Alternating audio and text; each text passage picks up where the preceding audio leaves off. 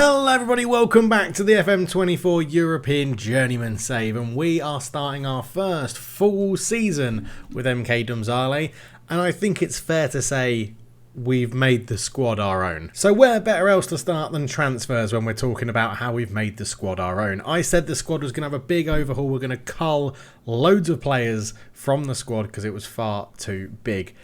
At the end of last season, 27-28, we got rid of 1, 2, 3, 4, 5, 6, 7, 8, 9, 10, 11, 12, 13, 14 people on free transfers. Along with those 14 people, we also sold our new Luziado, who I don't think was ever going to play for us. We got a little bit of cash for him when he moved on to CSK Sofia in Bulgaria, £66,000. So nearly made, it's basically breaking even, isn't it? Like, he wasn't going to play for me.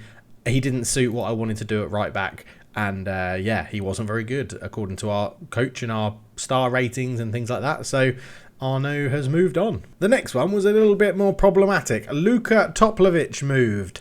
Yeah, he had a minimum fee release clause that I wasn't aware of. That minimum fee release clause was not very much money. £1.1 million. We have lost our talisman in Luka Toplovic. He has moved to the Middle East. He's moved to the United Arab Emirates. And that is annoying because he was really, really good. So, yeah. I mean, it cleared some money off our wage bill, got some money into the accounts. But yeah, he's going to be tough to replace. And then finally, Bartomeu Cielsla moved. Now, he was the goal scorer that was leading our line. And he's moved to Southampton, which is really irritating. We got £2.5 million for him and a 40% of next sale fee.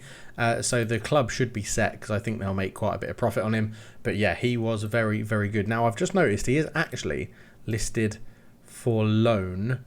Can we... I don't think we can afford him. But if we bump it up with a little bit of our 13.75... Yeah, if we give them 4K... Come on, 4K. He'll start for us. Why is that not... Is it still... Normally that goes grey, doesn't it, when you reach... Let's try it. Let's just go suggest. They're happy. I really hope... If he comes back on loan to us, that would be huge. Spoilers then, because I've accidentally clicked on this. Oh no, that's alright. This is still looking at last year. No spoilers just yet. And we continued the sales because Jan Koller, young defender, moved to Celje for £16,500. He went, again, wasn't that highly recommended. He's got a bit of potential in there, but the coaches were never sort of convinced by him. So yeah, we just cashed in on a youth product there. Got rid of Jan Koller. Unfortunately, not the massive striker. That would have been really useful. For 20k, we moved Fran Zielinski on as well. He even left Slovenia completely, moving to Šibenik back in Croatia. 20k, we got him on a free, or the AI got him on a free. He played one game, got 6.9, and then we bummed him off for a profit. So yeah, he's gone. Vid Stefanak, which is a bit of a strange one because he could have been alright, but I didn't like the fact that he was inconsistent, hated big matches and injury prone. But 23 years old Slovenian has moved on. He's gone to Poland to play in the league there. £98,000. Never really did it for us last year when he played and was going to not get as much game time this year, given with who we bought in. I basically knew that wingers was going to be somewhere we wanted to upgrade and get a bit more squad depth. So the people that weren't in the first choice as a winger didn't really have a chance. Which explains why we also sold Daniel Sturm. They've got themselves a bargain, Sibalia. We sold him for £93,000 out into Croatia. Only played once for us this year. He got one appearance, 6.3. 8 appearances last year and a 7.13. But again, we've upgraded our wing positions, which means he's just not needed. It's a shame because he was a fan favourite and enjoyed big matches, good consistency, good personality and everything like that. But if you're not going to play, you're not going to play. There's no emotional connection in a journeyman save. You just sort of bin them off and get the best players in you can to make your success as a manager so that you can get promoted. And so with all those outs, we did have to bring some players in to keep it balanced. There's loads of loanees that have gone as well. We're not going to touch on them because I don't really care. 8 players we bought in. Let's go and have a look. So the first player we bought in, and the only one for cash, is Doniel Davids, or Davids. Doniel Davids it would be, wouldn't it? Because it would be like son of Edgar, probably. But he is actually bought in from another club in Slovenia. Tabor Cezana got relegated from the Privia Liga last year, but he managed to hit a 6.92 in a very crap Tabor Cezana team. and was voted the Young Player of the Year in the Slovenia Premier League, and was having quite a lot of interest in him. So we snapped him up for £51,000 to see what he can do. Lots of potential there to grow. Lots of green, a little bit of red or orange anyway. And yeah, looking forward to see what he can do. He's one of the wingers we've brought in this season. Next up from Maribor is Marcos Tavares. Now, a number of you might be thinking, Dave, but he's like 40. No, he's not. This is a 24-year-old Slovenian Marcos Tavares, which sort of piqued my interest because I'm a Maribor fan, and I was like, wow, that's odd. So I googled Marcos. I didn't Google him. I looked in game. I searched in game for Marcos Tavares. There are two of them. One of them is the chief scout at Maribor, which is the original Marcos Tavares, and then there's this one who plays at Maribor, who is Marcos Tavares' son. Yes, so Marcos Tavares and Marcos Tavares Jr. So I'm going to go in, and he is going to get a nickname, which is simply Marcos Tavares Jr., because I will continually get confused by them. But yeah, Marcos Tavares Jr. joins on a free transfer from Maribor, where he had a decent season last year, 6.89 goals in 25 appearances, mainly playing off the wing for them. He's going to be a rotation option for us on the wing or as a striker. He's already scored 2 goals for the club in Europe, which is lovely stuff. But yeah, be interested to see how he gets on. I thought it was a free transfer. Pretty much a free hit, isn't it? And of course, losing Toplovic opened up a gap at attacking midfield, where we have gone and picked up Palias Gulubakas from Nagi Kanisa. He was probably one of our best signings at Nagi Kanisa. He made the team tick and was very good in the attacking midfield role. I don't know if he's going to be a starting player for us in this team, but he's happy to be a squad rotation player.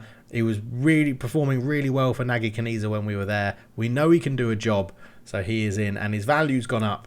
He's okay, he's got a good bit of green, a little bit of orange, but he was more one of those, a manager brings one of the players in that follows him around sort of thing. But yeah, so Palias Gulubakas is in. And he's not the only one to follow us from Nagi Kanisa to Domzale. We have brought in Stig Diljan Podarson. He is here as well. One of the best players at that period of Nagi Kanisa. 7.24 in the second division, 7.14, 7.1.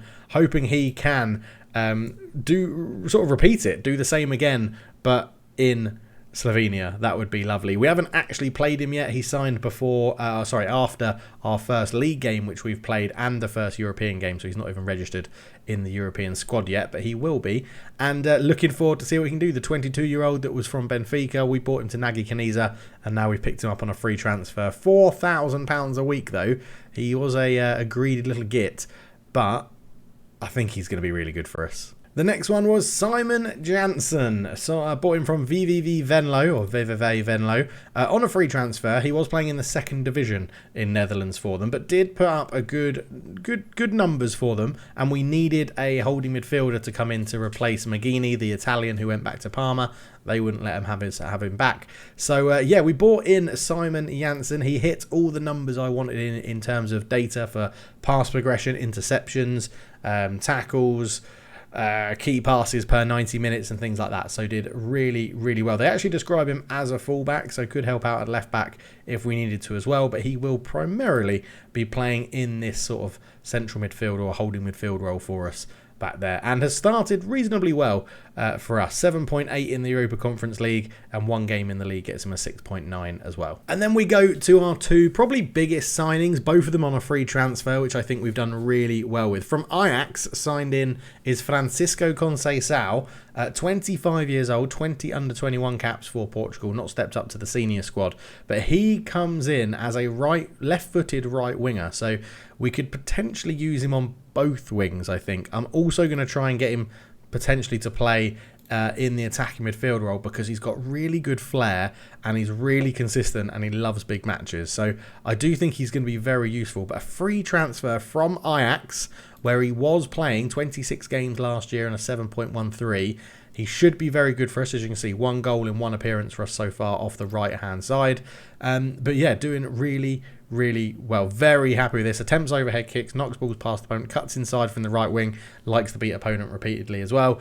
He should be very, very good. And he's not the only real sort of starlet that we've bought in from the Eredivisie, because the other one is Calvin Stengs. Not quite a starlet, 29 years old now, but He's good. He is good in real life. He's a very good player. We've brought him in from Feyenoord, where he's got 4 seasons back to back of around about 3 over a 7 and then 1 just under a 7. But again, should be far too good for the Slovenian Premier League, in all honesty, and has had some big transfers in his time as well. So we've brought him in.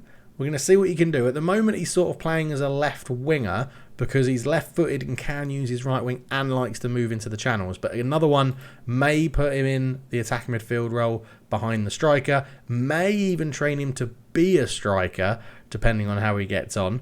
But we shall see. £3,500 a week, 2 million to 5.4 million. Just sort of made sense as a free transfer. Brought him in, had good data from last year as well for Feyenoord, so all made sense. Not all of our transfers are good though.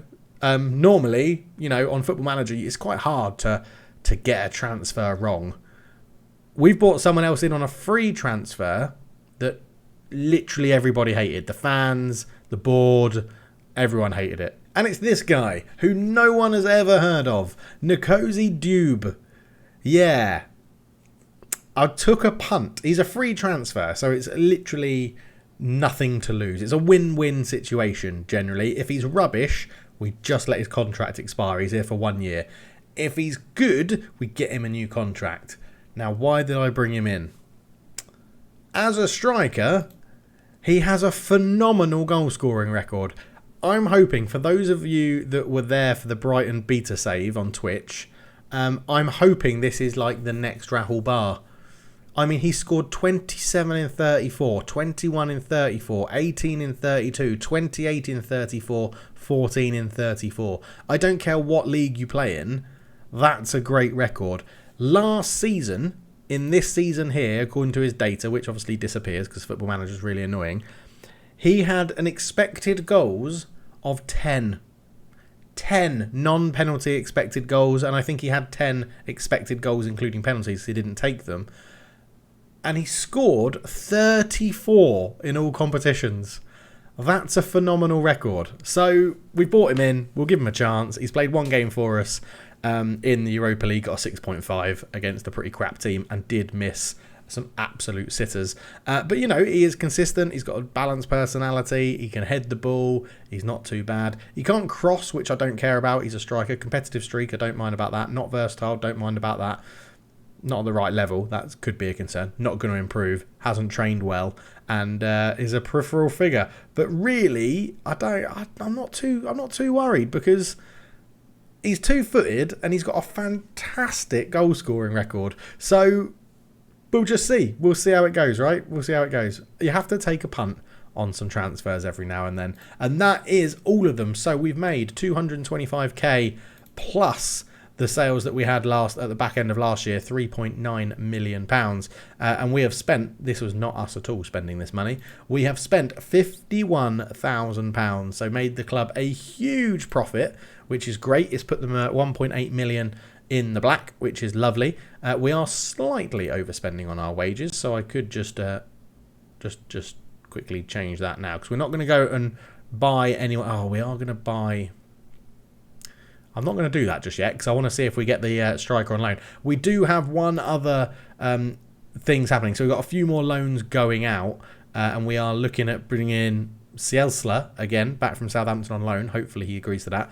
But Franco Valdez has been found by our scouts as a very highly rated potential striker from Argentina. So we've made an end of year or end of contract bid on him, which would be a free transfer. But yeah, again, 10 goals in 20, 11 in 34. Looks like he's going to be pretty good as a young striker. So we're going to get him in and see if we can give him a chance as well. But that is all of the squad details done. It is still a big squad, but it is a lot smaller than what it was before. We've got a couple of people potentially still going out as well on loan. And we've also re-energized the backroom staff. I now have an assistant manager, and my assistant manager is Raphael van der Vaart. He's come in. He likes to play a 4-4-2, which is a similar system to us. He's got a decent reputation. He's got international experience. Is a very good coach. Has previous experience of assistant manager. So yeah, he sort of ticked all the boxes. And then we've brought in lots of other people: Jay Rodriguez, Valbuena, Chapusat, good personalities and good experience and good reputations.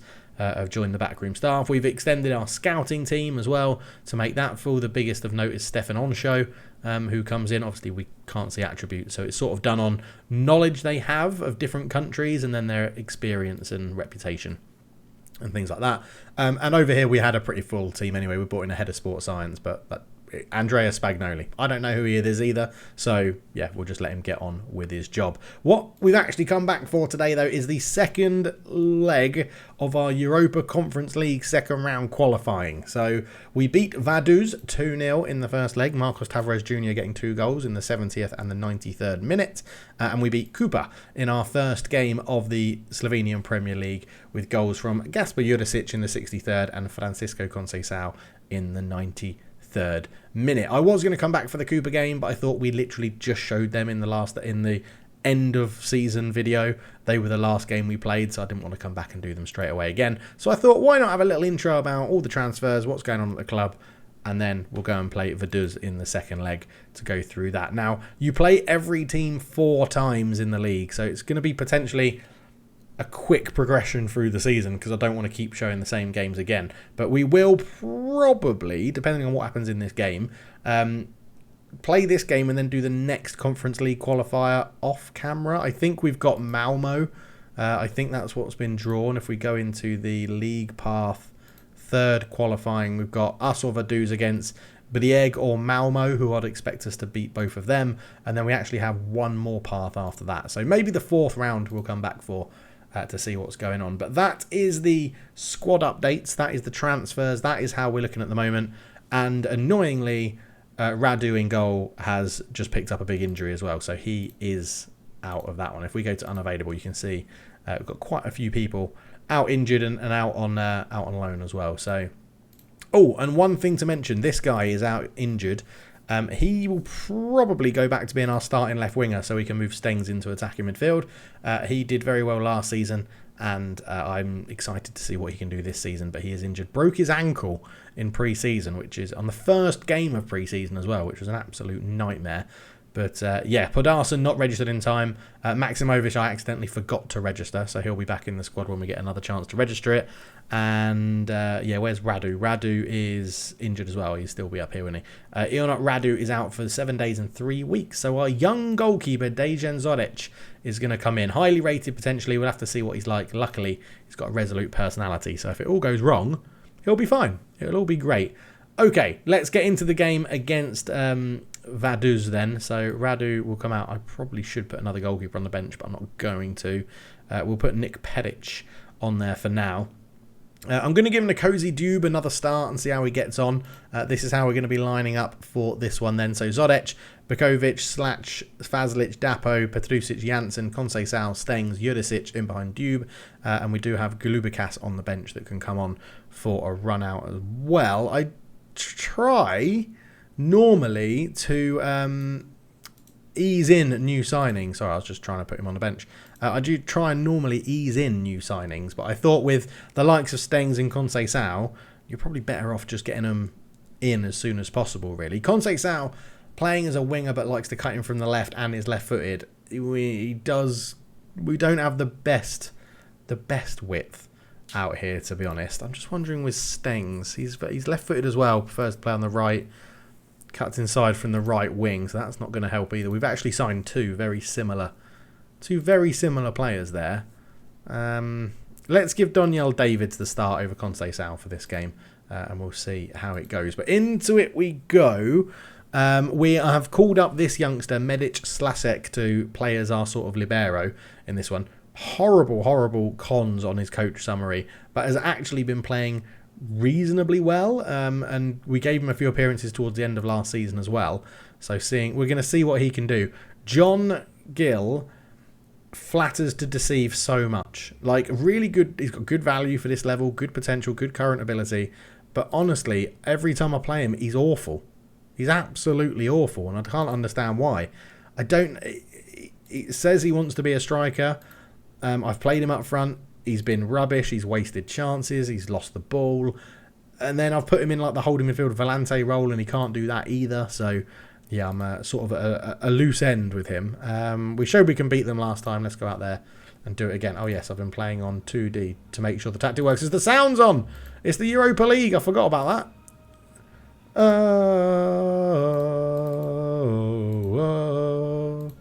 There we go. Right. As the Europa Conference League anthem still goes off behind us. They've changed system. They're playing a 4-2-3-1 this time. Stober puts it in. Oh, my word. We're 1-0 down. I think us having our backup goalkeeper in goal could be a bit of a problem today. Okay, shut the music up, please. No one cares about the Europa League theme tune when you're 1-0 down. Right, we're going to have to just... opposition. Kick him really hard. Kick him really hard. Kick him really hard. Wow, okay, we're 1-0 down early on. I really was hoping that our young goalkeeper would be half decent, but does appear that that isn't the case. Come on, come on. We need... Now it feels weird there's no music playing, like, whilst we're watching the game. 1-0 down. 2-1 up still on aggregate, so it's not a complete disaster, but I'm a bit concerned how much they are having of the ball and how much they're getting of the game. They scored one goal in the first leg that was disallowed for offside correctly. It was disallowed correctly. It was Vajarin that scored it. They've got another set piece here. Swings it in. Header. Zoric sees it over the bar. I keep forgetting as well that our board do want us to do a bit more on set pieces. So we'll just put that on and see if it affects us. Right, point the finger. We're not going to win if we don't shoot. Come on. Come on, you knobheads. Get out there. Play better. Petrusic, back to Bukovic. I mean, other than the goalkeeper, this is pretty much our strongest team with Jube up front. But Jube's put in Stengs, and he's hit the post, and it's gone off the post, off the corner flag, and out for a throw. Oh, Stengs, you've got to be scoring that. Got to be scoring that. Right, I think we need some changes because this isn't working. So we're going to do Dube off. And we're going to bring on Marcos Tavares Jr., who scored 2 goals in the last leg of this. Jurisic off for Golubikas, and then he's going to become an advanced playmaker on attack up there. Steng's not having a great game either. Let's do Davids for do I want to do that? What do I want to do? No, I'm going to do Stengs for Serbec. Serbec is going to go over here, and Davids for Conceição. That's 4 subs. So I did say I think in the last episode or a couple of episodes ago that it was about reducing the squad and then giving us depth, and I do feel like we've got a lot more depth off the bench with the players we've brought in, as we do win the header. Tavares can't quite get there though. Oh, that's a poor pass, and Serbec has intercepted it. Serbec runs forward, didn't quite have the pace. Serbec cuts it back to Petrusic. He's got a man there, it's Slasek or Medic into Serbec. Tavares! Oh, he scored, but I think he is offside. Oh, it is offside. The goal won't stand. The assistant referee has his flag up. There wasn't any VAR even like remotely used in that sense. But you can see that the subs have made a difference and are getting us back with a bit more momentum. But Vaduz do have a dangerous free kick. And I made a conscious decision not to bring in another goalkeeper. And that decision may be questioned with this free kick. Stober's there. That decision is being very, very, very, very, very, very highly questioned, because I think we need another backup goalkeeper. I think we need a better backup goalkeeper, in all honesty. Right, Medic's going to come off. He's going to be replaced by Sipot. And our right back's also having another shocker. He's not been having a good start to the season either. Let's go. I can't. We've got to do that then. I just want to have a solid centre back in there, to be honest. Let's just make sure we're keeping up with whatever changes they're doing as well. Yeah. You're still being booted as hard as we can in certain times. But yeah, this is... I don't want to blame the goalkeeper, and as I said, he's resolute, so he should get over it pretty easily. His character should allow him to recover and not dwell on it. But yeah, if we lose in this round, this is going to be embarrassing after having a 2-0 lead, and it will be my decision of not bringing in a backup goalkeeper that will cost us. Oh, there's an interception. Tavares Jr. picks on the loose pass. Golubikas back to Janssen. Dapo into Fazlic. Picks out Janssen again. Oh, Janssen wins it back. Picks out Conceição onto his left foot. Conceição goes back to Janssen into Golubikas. There's Petrusic into Tavares. Tavares takes it really well and scores. He's offside again. Oh, Marcos Tavares is offside again. Oh, I thought that was going to be the winner. He's getting into those good positions, Marcos Tavares. Petrusic comes forward with it. Out to Srbec. Srbec, can he beat his man? He does. Can't quite put the cross in, though. Now he swings in a crossing. Conceição's at the back post. Golubikas brings it down. Petrusic! Oh, my word. It's dreadful. It's a dreadful, dreadful effort from the defensive midfielder. Oh, my word. How have we ballooned that over the bar? Extra time. We're getting back into the game, aren't we? Now we do have an extra sub, so keep working hard. You'll get rewarded. We do get an extra sub. I think it is going to be the right back that's going to come off to be replaced by Hempt, and then we'll put Hempt in here because that's what we've done most of pre-season. Oh, man. I mean, I can't blame a young goalkeeper, but I am 100% blaming a young goalkeeper for the situation we find. That free kick, I feel like, should have been saved. Definitely should have been saved. We'll just take it off you because I don't need to do anything to you while you're in that position. Right. Luca Notaro into Stoba, who scored the free kick. Luca Notaro's there. Ball in. Oh, my word. Nearly an own goal there from Hempt, who we brought on. He managed to put it past the post rather than in his own net. Kaluz swings it in. Hempt wins the first header. Diaby keeps it alive for Vaduz. Kaluz. Hempt is there again. Wins the ball. Berisha. Oh my word, the keeper was nowhere near it. And really, I think we're going to go out and find a new... I've got to find a goalkeeper that's happy to be backup, but is also good. And I feel like that's quite a tough thing to do. Maybe a golden oldie, one in for 1 year or something. Maybe we go and look see which goalkeepers have been released or are unattached from a club. Ball in. Ryan's there. We're going out. We're going to be going out. We're going to be going out. We're going to be knocked out of the Europa Conference League in our first knockout round. Oh, man. I have got a more attacking system that I think we're going to have to go to, right? I think we're going to have to go to that. Srbic can play on both, so let's put Conceição onto the right so that he does cut in as the inverted fullback should. Oh, man. Shouts, demand more. He's on a 6.2. He is having an absolute shocker in goal. Their goalkeeper's on a 7.1. And that's going to be the difference. I was so excited about European football. And with 17 shots to 8, we are going to be crashing out of European football. At the first attempt to a team who I think are from Luxembourg. I haven't even checked where they're from because I thought we were going to walk it. We're out. We're out 3-2. Their goalkeeper got a 7.6. Ours got a 6.2. How on earth have we lost that game? Oh my word. Unbloody believable. Thrash arms. I'm furious. That is rubbish. There's me planning what games we're coming back for in Europe. We haven't even got bloody through. Oh, man. Well, we got a little bit of money. We got 300k after losing. That's it. That's it. I bet the board are pissed off about that. What did they want us to do in that competition? Oh, no, it's in here, isn't it? Cups. Reach the league phase. Well, we didn't do that, did we? We did not do that. FC Vaduz from Switzerland have knocked us out. That is utter shite. Well, yeah, you don't have to... you can't be registered because we're not in it anymore. So there you go. Bloody hell, we need to step that up if we're going to win this league. That was absolutely terrible. Right. Hopefully, when we come back for the next episode, we've got a better backup goalkeeper. Shocking. Thank you for watching. If you're horrible then leave a like.